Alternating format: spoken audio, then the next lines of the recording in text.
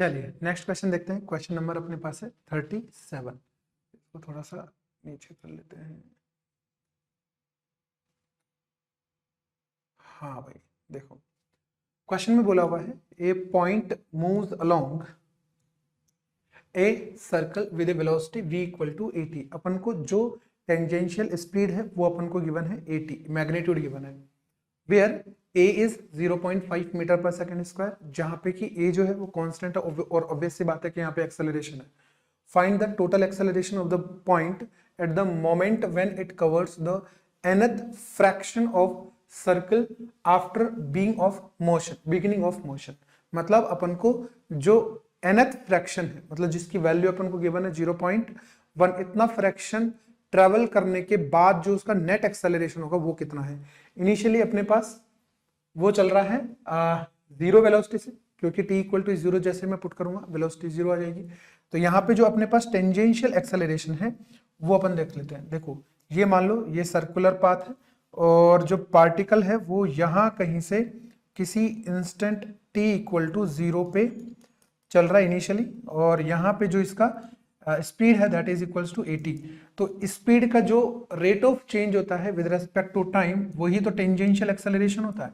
मतलब tangential acceleration अपन dv by dt से निकाल पाएंगे and that is equals to a and that is nothing but 1/2 metre per second square. तो ये तो अपने पास वैल्यू आ गई कांस्टेंट, ठीक है ना।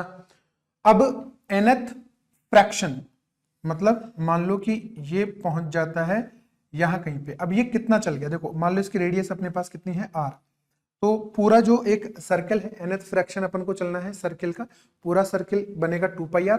तो जो इतना पोर्शन है, ये वाला जो पोर्शन है ये अपने पास कितना बनेगा, देखो 2πr का nth पोर्शन है ना। मतलब ये बनेगा अपने पास n ऑफ 2πr, और कांस्टेंट टेंजेंशियल एक्सेलरेशन से चल रहा है।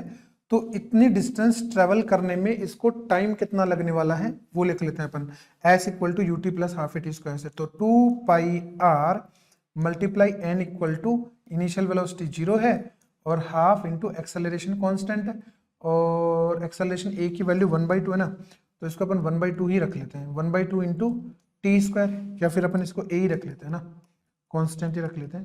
फिर अपन लास्ट में रख लेंगे values a into T square. तो यहां से अपने पास देखो जो a t की वैल्यू आ गई है ना, टेंजेंशियल सॉरी a t की वैल्यू है ना ये, तो अपन इसे लिख लेते, यहाँ पे लिख लेते हैं t की जो वैल्यू है that is equals to how much, under root of 4πr n divide by a। ये अपने पास टाइम की वैल्यू आ गई, ठीक है। इतने टाइम में इसकी वेलोसिटी कितनी हो गई वो देखो।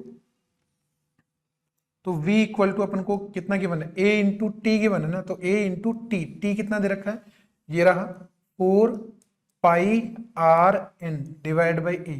तो a से a कट गया, तो यहां पे अपने पास ये कितना आ गया, देखो रूट ऑफ 4πran, ये अपने पास वेलोसिटी आ गई। तो इस टाइम पे यहां पे जो एक्सेलरेशन होगा सेंट्रीपिटल है ना, टेंजेंशियल एक्सेलरेशन तो अपने पास कांस्टेंट आ ही गया, सेंट्रीपिटल इस तरफ होगा और नेट एक्सेलरेशन कुछ इस तरीके से आएगा दैट इज a नेट है ना।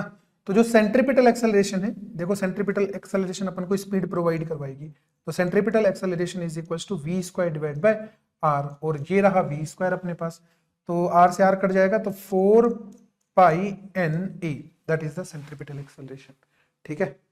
तो सेंट्रीपिटल आ गया ये रहा और टेंजेंशियल ये रहा। तो इसमें वैल्यूज अपन पुट कर लेते हैं है ना, और जैसे ही मैं वैल्यू पुट करूंगा यहाँ पे लिख देता हूं मैं a नेट जो होगा that is a net equal to, पूरा का पूरा जो सॉल्यूशन है वो एक ही स्लाइड में आ जाए तो that will be much better. तो यहाँ पे अपने पास अंडर रूट ऑफ 4πna का square plus a tangential is 1/2 का होल स्क्वायर। तो इसको जैसे मैं लगभग सोल्व करता हूं तो इसके आसपास आ जाता है, वो अपन सोल्व कर सकते हैं by putting the values of these variables, ठीक है।